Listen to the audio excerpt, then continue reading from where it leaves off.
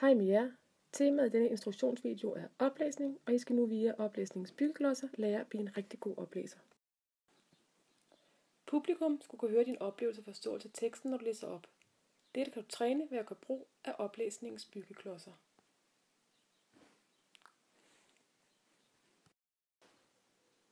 En god oplæsning gør brug af 5 byggeklodser, som tilsammen giver din oplæsning et personligt udtryk.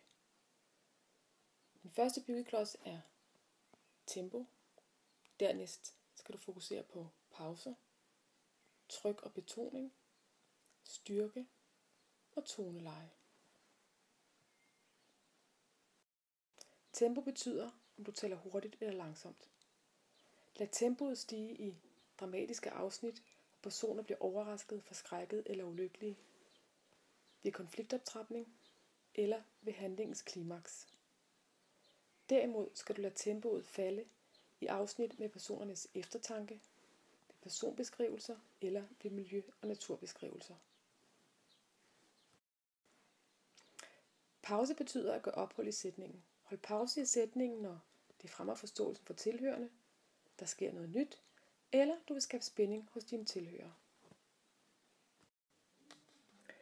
Man kan fx holde en kort pause før et spændingsmoment. Det skaber nemlig forventning hos publikum, eller mellem hele sætninger, da det fremhæver tilhørendes forståelse, eller efter et vigtigt ord, en vigtig pointe eller en vigtig begivenhed, da det giver publikum tid til eftertanke.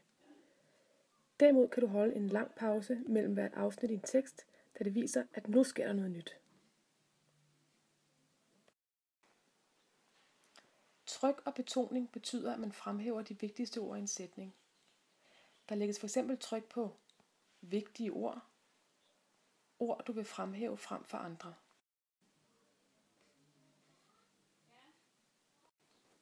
Husk, at forskellige tryk i en sætning giver forskellig betydning.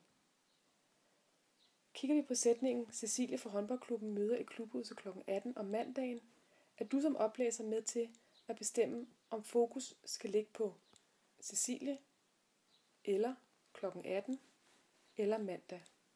Altså er det vigtigt, at det lige er Cecilie frem for Peter, eller er tidspunktet kl. 18 vigtigt at fremhæve, at det plejer at være kl. 17, osv.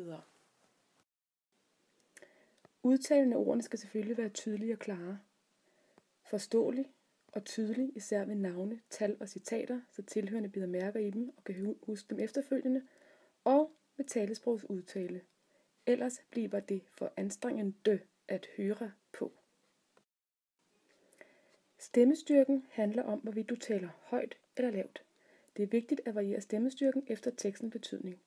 Tal for eksempel højt, hvis du står i et stort lokale med mange tilhørere, eller for at fremhæve en begivenheds betydning. Tal derimod lavt for at understrege vigtige ord og begivenheder, da det skaber opmærksomhed. Toneleje betyder, om du taler med dyb stemme, lave toner eller med lys stemme, høje toner. Et varieret toneleje kan anvendes til at gengive en stemning, altså sker der nu noget uhyggeligt, eller sker der der noget spændende, overraskende eller glædeligt. Tegne persontyper. Der er selvfølgelig forskel på tonelejet, om det er en far, der snakker, eller en lille bitte pige. Det kunne også bruges til at skabe opmærksomhed eller skabe indlevelse hos publikum. En dyb stemme kan bruges til at angive en mørk og dyster stemning, fremhæve noget vigtigt, eller ved replikker til mande- eller drengestemmer. En lys stemme derimod kan bruges til at skabe en munter og humoristisk atmosfære, eller gengive en kvinde- eller pigestemme i replikker. Det er vigtigt at skifte mellem et dybt og et lyst toneleje for at skabe liv i en oplæsning. Den gode oplæsning skal altså være flydende, forståelig og fortolkende. Flydende bliver den først, når du er velforberedt og har en god forståelse af tekstens indhold. Forståelig, så du har en klar og tydelig udtale, og fortolkende, hvor du viser, at du har kendskab til teksten og dens grundstemning. Du skal altså vise publikum, om det er en tekst, der vil vise noget overraskende, noget spændende, noget uhyggeligt, noget glædeligt, noget morsomt osv. Du skulle nødig have, at publikum falder i søvn. De skal mere have en oplevelse af, ej, det var spændende. Den vil jeg gerne høre mere om. Hvad kan det mon betyde? Den skal sætte sig spor og give dig eftertanke. I skal nu gå sammen i jeres læsegrupper, vælge et eventyr hos Andersen og forberede en oplæsning for klassen, hvor I gør brug af oplæsningens byggeklodser. En god oplæsning bliver til af flere omgange, og ingen kan ramme rigtigt første gang. Husk at give hinanden feedback. God arbejdslyst.